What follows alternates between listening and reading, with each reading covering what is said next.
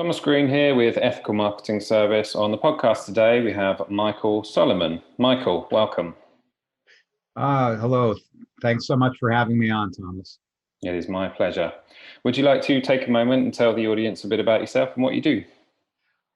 Sure. I'm a professor of marketing at St. Joseph's University in Philadelphia in the U.S.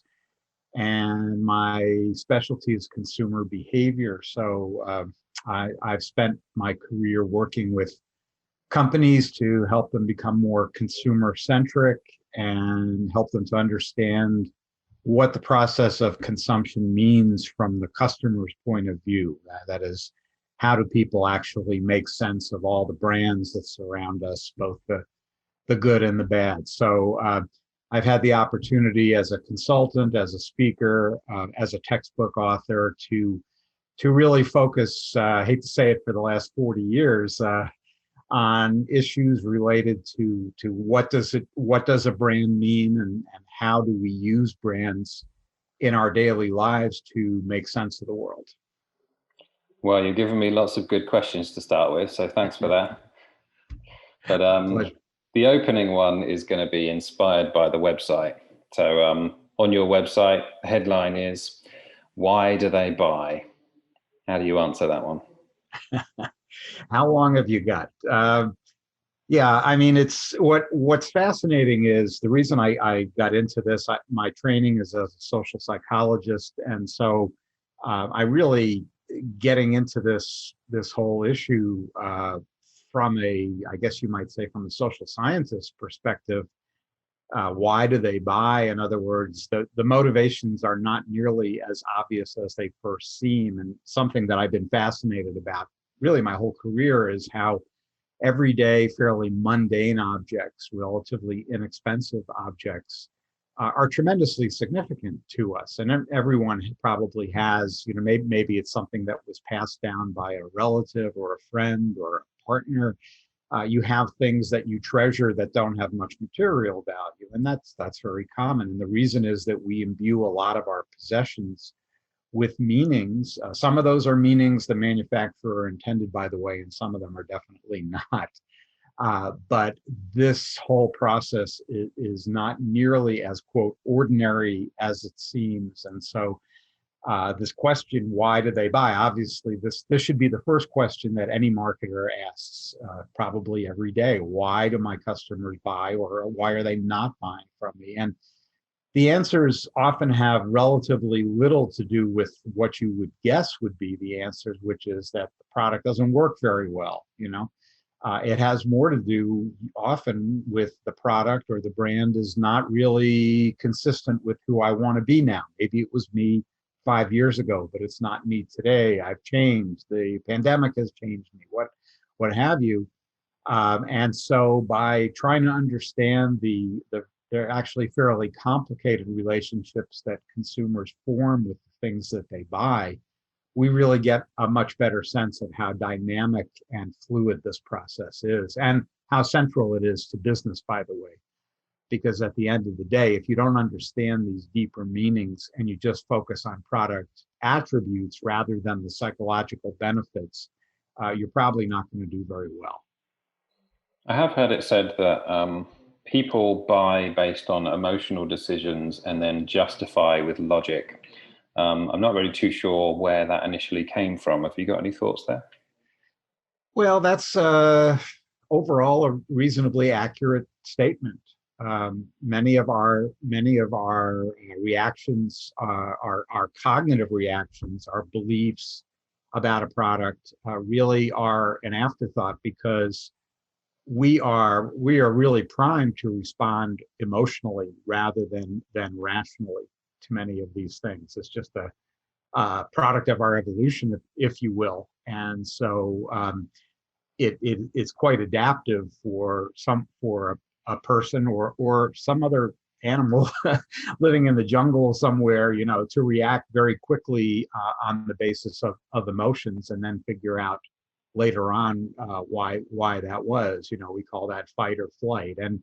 And so that genuine instinct, that genuine overall instinct is really very powerful. So yes, it does. It often does make a lot of sense, not necessarily to neglect the beliefs or the functional parts of the product, but really to ask what kind of emotion is being generated here, and is that going to keep the person away from the product? Is it going to motivate them to continue to buy the product? There are often very strong emotional attachments to everyday objects, as I was saying earlier, that we often take for granted, or marketers often aren't aware of these things. They often actually don't give themselves enough credit because they often aren't aware of the emotional kind of responses that even an everyday product can elicit. So they think that people aren't reacting emotionally to their brands, but the reality is they often are. If you were, let's say you had to start a business tomorrow and you had to implement some of the knowledge that you've spent, as you said, decades learning, what is the first few things that you do in order to implement some of those learnings? That's a great question. There's a reason that I haven't started a business. I'm a terrible businessman. I'd rather study other people's businesses. But I think the first thing that I would do would be to really, really try to gain an honest and clear understanding of who my customers are. And that seems like just common sense, but often when someone starts a business or they work for, maybe they're managing a brand for a bigger company, they often may sort of unconsciously project themselves onto their customers and assume that if they think something is wonderful, their customers will as well. And that is not necessarily the case, because obviously people are different, and not everybody's going to go into a business where their customers are just like them. There may be some cases of that. So I think one of the biggest mistakes that companies make is taking things for granted, falling back on stereotypes about their customers. I talk a lot about this in my latest book when I talk about the so-called new chameleons, consumers who change identities very rapidly. And so if we think we're going to kind of give them a label and then and just expect them to sit there and not change or evolve over time, we're really not understanding today's customer. Have you got any thoughts on my company's ethical marketing service? Have you ever done any work on the ethics side of marketing? And have you got any thoughts there? Well, I've got a lot of thoughts about it. I think that marketing tends to get a bad rap, frankly, because to many people, marketing is a four-letter word. It's you're marketing to me, which is a negative thing somehow. And certainly there are some bad apples who have contributed to that. But the reality is that ethics is first and foremost. And in my marketing textbooks that I write, I usually have a chapter on ethics. It's usually the second chapter in the book after the introduction, because not only we like to say today, you can do well by doing good. So it's not that there is somehow a trade-off, that many people kind of make this equation that if I'm going to be more ethical, I'm going to make less money somehow. So I have to find the balance in some way. But the reality is that very often the two go hand in hand, and the companies that really perform with their stakeholders in mind, not just their customers, but all of their stakeholders, tend to succeed over time because they're giving people what they want long term, not just in a transactional way. And so when you look at, for example, sustainability, which everyone is talking about today, ethical treatment of workers and so on, I think we're finding that a lot of customers, particularly the younger ones, but some older ones as well, are really much more conscious of ethical issues today. And a lot of surveys showed even before the pandemic that social responsibility is actually the number one brand attribute that people look for. All things equal, they will choose the brand that they think is giving back. Now that all things equal, that's an important caveat, of course, but but the point is that it's not a trade-off, it's actually synergistic. And so, as we teach our students all, from day one, it is all about meeting people's needs. Marketing should be an ethical solution, not a problem, because really what marketing is about making people's lives better. And I know that sounds a bit like a Pollyanna kind of perspective. As I'm saying it, I understand that, but the reality is there's many companies out there that have done tremendous good in the world, and they're still providing great returns to their stockholders. What would you say the job of marketing is? Because in a simplistic way of explaining the question, kind of like the difference between direct response versus branding, and I guess that another way of asking the question is, what's the outcome in your view that marketing should provide?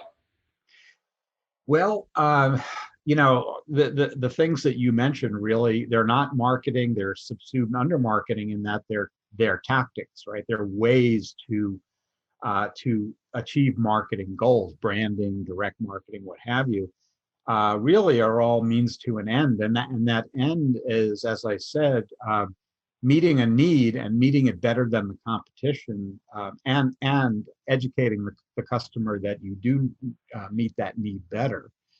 So the way that you do that obviously depends on the situation. But many years ago, Peter Drucker, the famous management theorist, said that the goal of marketing is to make selling superfluous. That's a very idealistic statement. I'm not sure we'll ever realize it. But what he meant by that, of course, is that if you've understood your customers, you've identified an unmet need, and you've created an offering that satisfies that need, in theory at least, you shouldn't need to do any selling at all, because the customer will instantly recognize the value. Now, we know in the real world sometimes it takes a little prodding, but the point is that when you say what is marketing, marketing is about satisfying needs. And so all of these other things, a lot of my students and business people, when I ask them to define marketing, they're going to give me one of two answers. They'll either say, oh, it's advertising, or it's selling.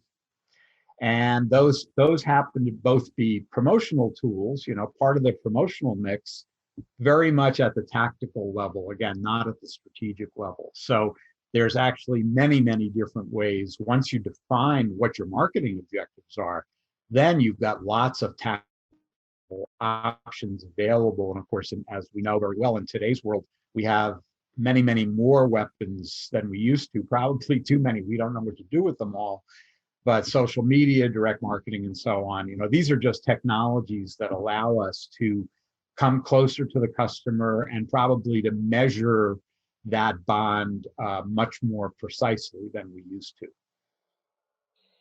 Interesting. What do you think about the definition of marketing is salesmanship multiplied? I just to echo what I was just saying, that's a very myopic view. It implies that you're pushing something on a customer that they don't want, which is very injurious and I think often very inaccurate. So again, marketing is not sales. Sales is, personal selling is one of the ways that we might connect with customers when it's appropriate. It's the most, obviously the most expensive form of promotion, often much better suited to B2B situations than B2C situations, especially with the advent of AI and bots that can answer your questions, better than a salesperson often can in a store. So yeah, I really would push back about that. That's a very negative and I think very limited view of marketing. I'm interested in that because I kind of have a balanced view on this, in the sense that the idea you want to get some form of result from your marketing, but at the same time you don't want to be so, as you say, salesy that it's off-putting. But do you ever see, let's say, some form of advertising or marketing from a big brand and think, that's really that's not helping you. That's not gonna do anything. Well, certainly a lot of ad campaigns miss the mark. Maybe they try too hard. Some examples that come to mind are when older people try to talk to younger people in their language, and that's an example of a backfire waiting to happen.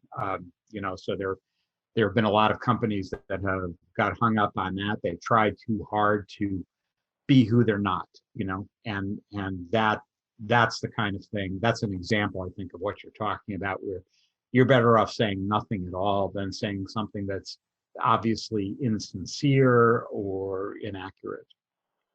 Comes back a little bit, I guess, to authenticity, and somewhat covered in your remarks on ethics, I suppose, and also knowing your customer. So I guess a lot of these things come back to the same principle. Would you say that's fair? Well, I would, and there's, it's an interesting paradox.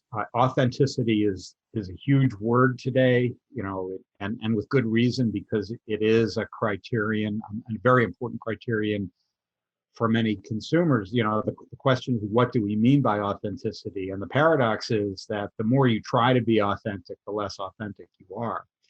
So whenever a brand says they're authentic, I usually assume they're not. In the same way, if someone says they're famous, if someone says they're a thought leader, or even worse, a guru, I always say if someone has to describe themselves as a guru, they're probably not. So it's that along that same line, if you have to keep insisting how authentic you are, you probably should give up today.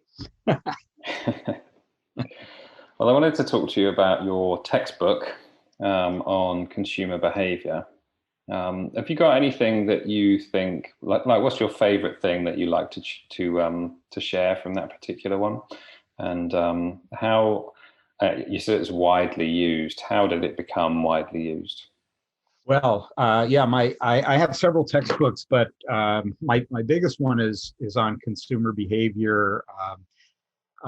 Here in the U.S., it is the most widely used in the world in all of its versions. I'm proud to say it's been around for a very long time. The first edition, believe it or not, was published in 1991, so in the last century. And then over the years, we've had other versions that are done. The one that comes out of London that is used in Europe. Includes, as you might expect, more material from the European markets and so on. I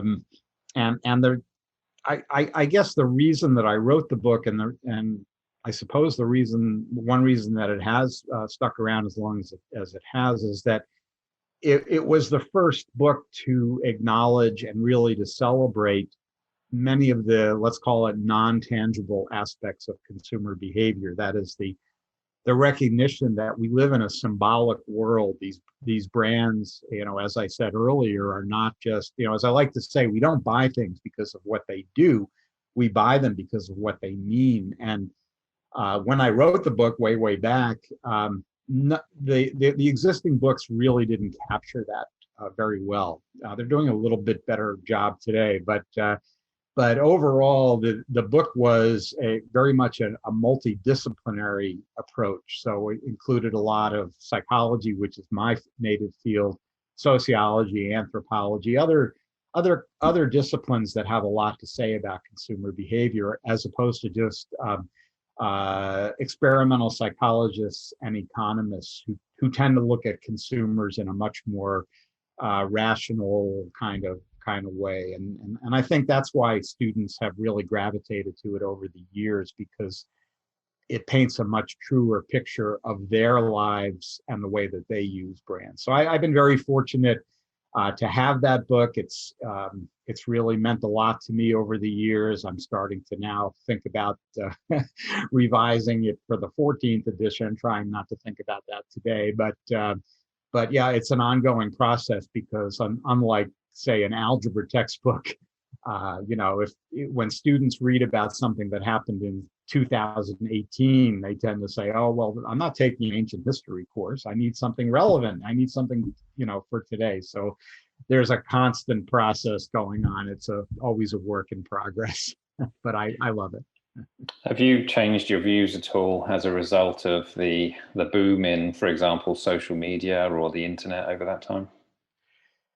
Views in terms of, I suppose your approach to how about implementing that information? Yeah, well, I guess one thing is, and I've written extensively about this, the very fundamental way that we think about consumer decision making and the way we teach it is evolving, and I think most marketers don't recognize this at least yet. And what I mean by this is that we usually think about decision making in terms of a set of linear steps, and this has been the dogma for many years. So, for example, we start by recognizing that we have some problem, right? That we're out of milk, or we need a new car, what have you, and then we go through a series of steps where we try to look for information to help us solve the problem and weigh the pros and cons of the options we identify, et cetera, et cetera.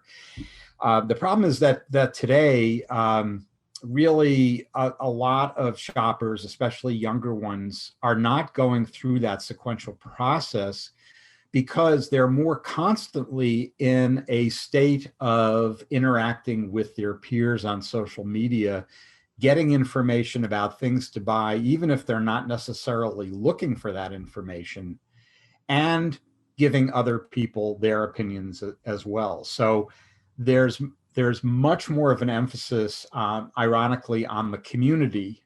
And back in the 60s and 70s, you're way too young to remember, but you've read about it. It was all about being me, being an individual. And today, I think that me is morphing into a we. There's kind of a collective we where what I've noticed is, for a lot of people, nothing is legitimate in their lives until it's posted on social media. So, they have this great meal, they have to post a picture of it before they can eat it. I've had students tell me they didn't know that their boyfriend or girlfriend broke up with them until they saw a change in their relationship status on Facebook. So I think one of the biggest changes that social media has brought, for better or for worse, is that we're much more enmeshed in a web of decision making where we're a lot more cognizant of what other people think, and we're of course more able to quantify that. So in the old days, you might have the approval or disapproval of one or two friends who admire your shirt that you just bought. Today, you're going to do that in terms of numbers of likes that might reach into the thousands. So it's a very different information environment, obviously, today. And the companies that think that they're just going to, especially retailers who think that when someone walks into their store, either online or offline, they are totally unpersuaded and they're ready to be, quote, sold, as you said before. And very often that won't be the case. Those people already know what they're going to buy because they've read the reviews and so on. They're just looking for the best place to get it. And until you have that recognition, it's very difficult to recalibrate your marketing strategies in order to capture that new kind of information savvy person. Are you on social yourself? I am, not nearly as much as my kids are, but you have to be today. And of course, in the professional world, something like LinkedIn is really indispensable. So you're not posting your meals on there then? Not today, no. You've mentioned brand a couple of times. I always like to get people's take on this. So what is a brand in your view? Well, a brand is you could take it literally and say that a brand is a representation of a company, the mark of a company, and get into all that. But at a higher level, a brand is something much more complicated and interesting, because a brand is essentially the umbrella of meaning, that the architecture of the entire company, but certainly of that of that, whatever that product or service is. The brand is everything, both physical and imagined, that comprises the meaning of that product. So you've got elements of the brand like the logo and the design and perhaps the celebrities who endorse it and so on. But all that ideally for a solid brand that's going to endure, those are the things that happen after you first go through the rather rigorous exercise of defining just what your brand means and who does it mean that to. Umbrella of meaning is kind of a cool phrase, don't you think? Well, it makes sense because it encompasses many, many different elements of the brand, not just the colors you use in the logo and so on. It's a living, breathing thing in a way. Nice answer. So you've got a new book out, New Chameleons, is that right? That's right, New Chameleons. What's it about, and have you got a favorite part of it that you would like to share with? Sure. Well, so, I wrote this book because over the years, and this is before the pandemic, by the way, I wrote it, came out during the pandemic. I began to observe a lot of really fundamental changes and disruptors going on in the world of consumer behavior and marketing. And, all of your listeners know that this has been going on. But what I realized is that a lot of the very basic assumptions and the ways that we categorize our customers, and we love to categorize. And I talk a lot in the book about just our general tendency to put things into categories and why our brains love that so much. That is often a very efficient way to organize information about the world, because otherwise there's just too much information out there to make sense of it. The problem is when those solutions start to become part of the problem. And what I mean by that is that back in the middle of last century, traditional marketing, the way we know it now, that was really in its heyday. It was kind of like the Mad Men, era of marketing. And it because our culture, both here in the States and the UK, in most developed countries, was at that time largely, pretty homogeneous. We had maybe 2 or 3 television stations, or, BBC One, BBC Two, what have you. Everybody was, to a large extent, exposed to the same kinds of information. And so there was a tremendous amount of homogeneity relative to today. So it was actually quite cost efficient, and it just made a lot of sense, for example, for, let's say, a car company to target many, many thousands of potential buyers with the same message. And the implicit assumption is that everyone in that group is pretty much the same, so they're going to respond to our message the same way. Now, when you fast forward to today, we live in what we sometimes call a postmodern society, where traditional boundaries and labels are blurring together in interesting ways. And that has enormous ramifications for the way we think of our customers, because they are creating new categories and changing their self-definitions all the time. And so I use this metaphor of the new chameleons because, as you know, a chameleon changes colors frequently in response to external conditions. We change not our colors, but our identities frequently, often in the course of a day. You take on different identities. Right now, you're a podcast host. You might be a parent, a partner, a student, and on and on and on. Each of those involves a change of identity. And the many products and brands are successful when they recognize that people need their brand in order to help them to complete that identity. So if we take the old style way of saying, well, we're going to target women in their 30s who live in urban areas. Well, we assume, therefore, that every woman who corresponds to those labels is going to be the same. And yet, if you ask any woman in her 30s who lives in an urban area, are your tastes identical to every other woman, blah, blah, blah, you're probably going to get a very negative reaction to that. So each of us knows that we're unique, we're individuals, and yet marketers tend to view us in these broad groups. So what I do in the book is, I talk about that basic premise quite a bit, but in each subsequent chapter, I actually take a very, very well entrenched dichotomy that we don't even question and show why it's no longer relevant. So I'll give you a few examples. Producer versus consumer. So in the old days, some people made the stuff, some people bought the stuff. There was never any connection between the two. Today, there's no such thing as that boundary anymore, especially because many consumers are becoming producers. We talk about the gig economy. We talk about everyday people becoming, going into the hospitality business with Airbnb, going into the taxi business, selling products like Mary Kay or Amway, housewives going into business. But also when we look at how we develop products and marketing messages, increasingly, at least among some companies, there's much more of a willingness to let the customers be involved in that creation. So they become what we call co-creators of the value. So you have everyday people who are submitting ideas for new products, who are creating ads that they post on YouTube for companies. The companies have no idea they're doing this. And so strategically, there's a lot to be gained by recognizing that dichotomy doesn't exist.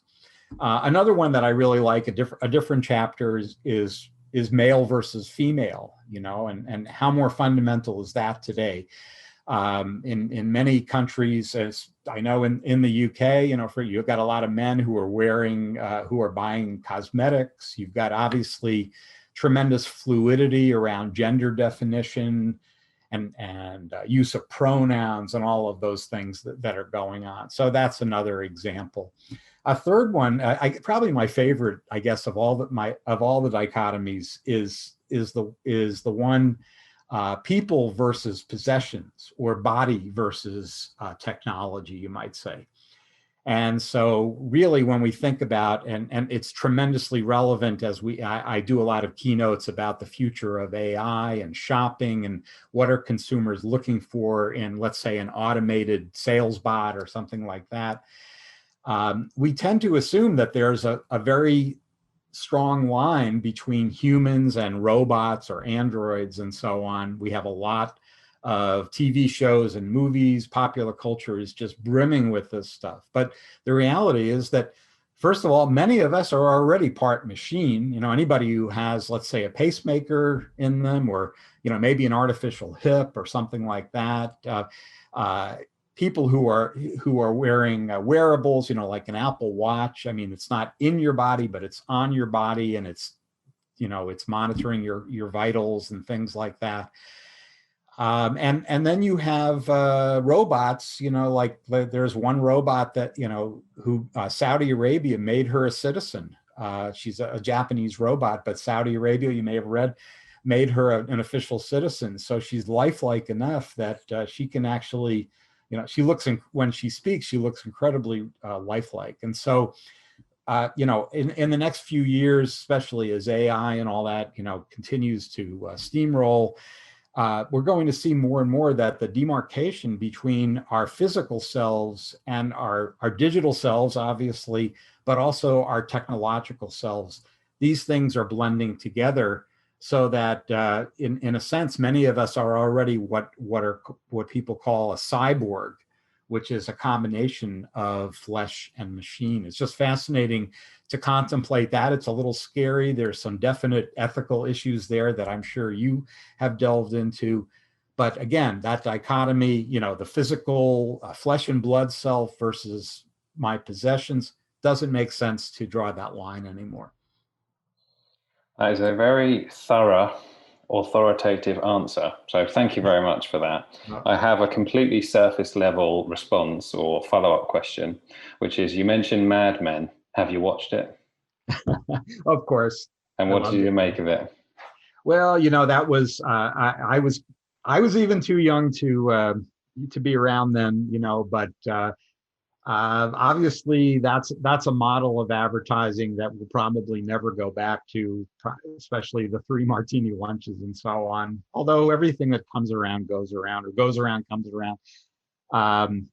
But those guys were a lot smarter than that show made them appear in some ways, in that the campaigns that they created at that time really worked. And they worked because of some very fundamental discoveries that some of these pioneers made. We take them for granted, but they weren't obvious then. And one is, for example, if you want to succeed as an advertiser, you need to identify your client's unique selling proposition and focus on that. What makes your brand different than the others? And believe it or not, that wasn't so obvious in the early 1960s until some of those advertising greats came along and turned unique selling proposition into a household term.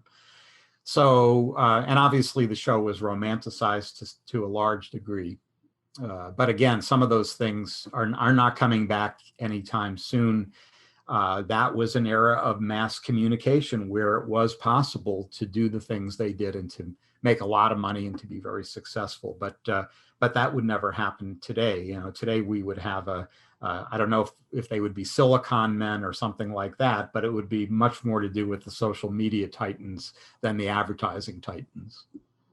You actually led me to my next question, which was going to be, have you got any thoughts on the USP and how influential it is now?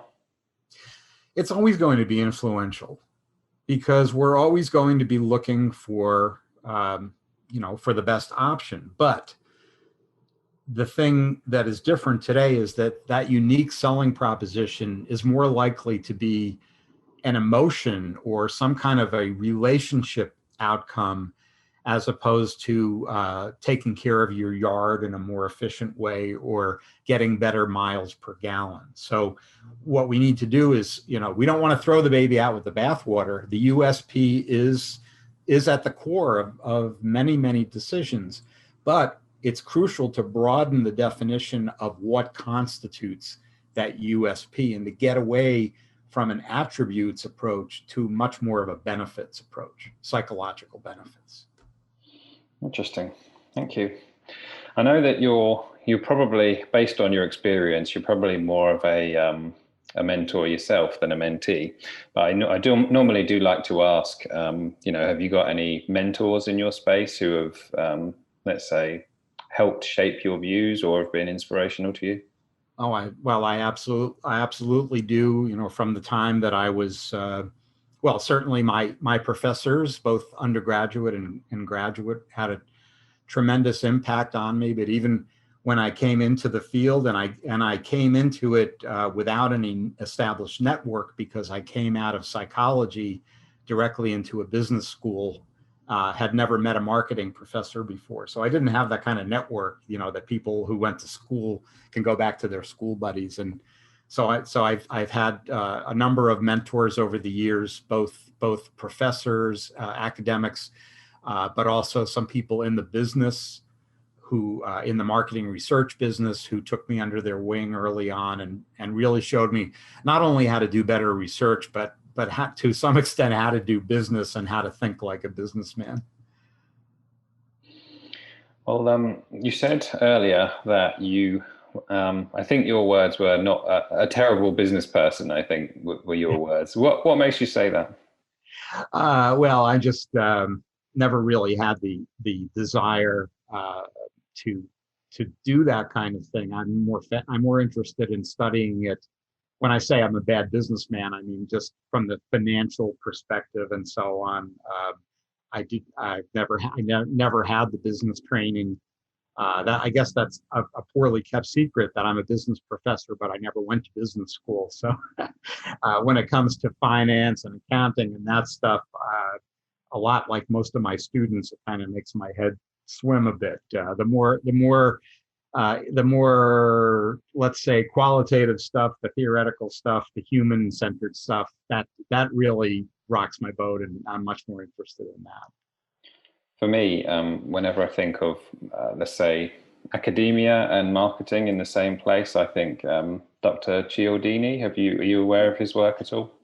Yeah, I know him. I know Tom, and yeah, actually, we went through the same graduate program together. Although he's a little older, as I like to remind him. Yeah. Is there an element of competition there? Yeah. Well, his book was Bob's book was based really on the fundamentals of social psychology. The first time I saw him present it, I said, I'm in a social psychology 101 lecture here. It's basic stuff, but having said that, it's very, very helpful to people who weren't aware of it. So I know that his book has been, shall we say, influential over the years, and I guess laid the groundwork for many other books by other people, including myself. To talk to the everyday person about just what it means to consume. So they could read your books and get just as much, if not more value, is what you're saying. Oh, I didn't say that, but I won't argue with it. So, what are your goals, Michael? Well, I'm, I want to keep doing what I'm doing. I think that especially post-pandemic, it's obviously never been more fascinating to study consumer behavior. As I like to say, there's a Chinese curse that says, "May you live in interesting times." It's a curse.